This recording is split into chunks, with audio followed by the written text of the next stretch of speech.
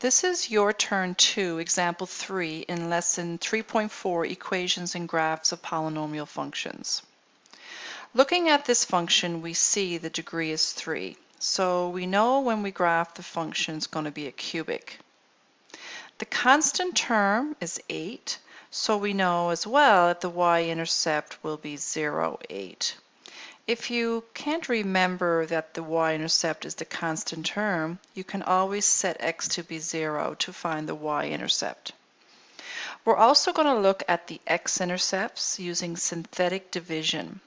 So the possible factors of 8 are plus or minus 1, plus or minus 2, plus or minus 4, and plus or minus 8.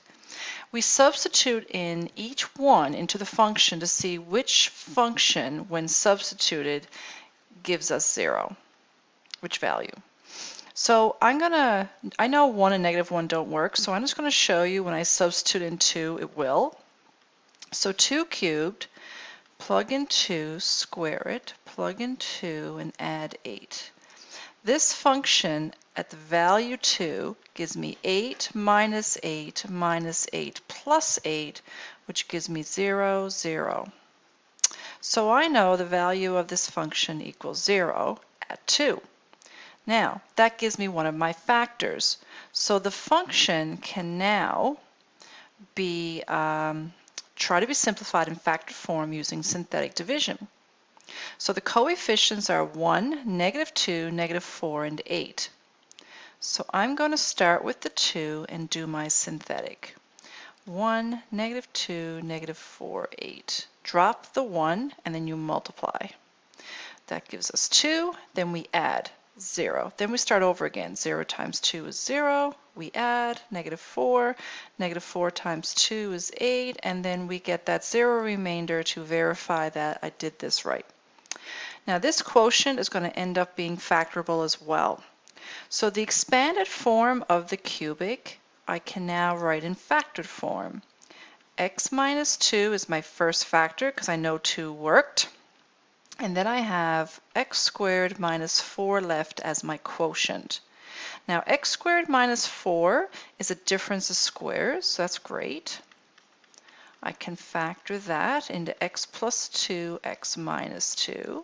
And then I notice that one of my factors have been repeated. So I can write that as x minus 2 squared. And the x plus 2, the x plus 2 has an exponent 1. Now these exponents are important as well because they give me the multiplicity.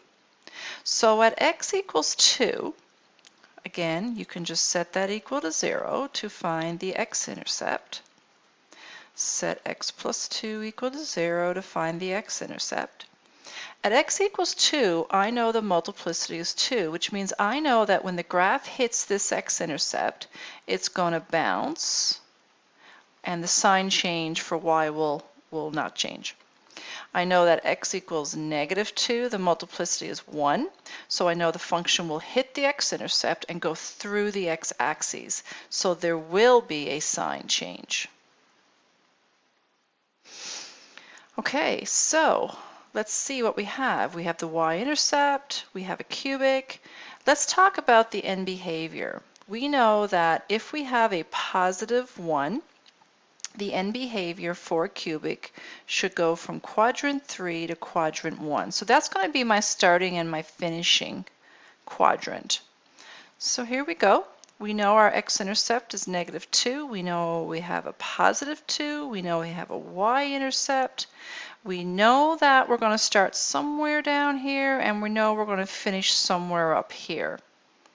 Now I know that when I hit 2, it's going to bounce, so I know it's going to hit it and come back up. I know the graph is supposed to start in the third quadrant, and I do know that when it hits the x-intercept, it's going to continue to hit it, or continue to go through it, sorry. So I'm going to use a test point here of negative 1 to see how high I am on the graph. If you substitute negative 1 in for x into the function, you will get out 9. So I have a negative 1, 9 coordinate.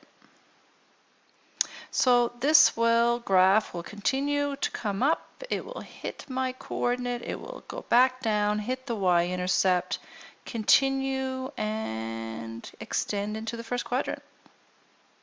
And that's my cubic. Now the test points are nice because it gives us an idea of how high I need to go.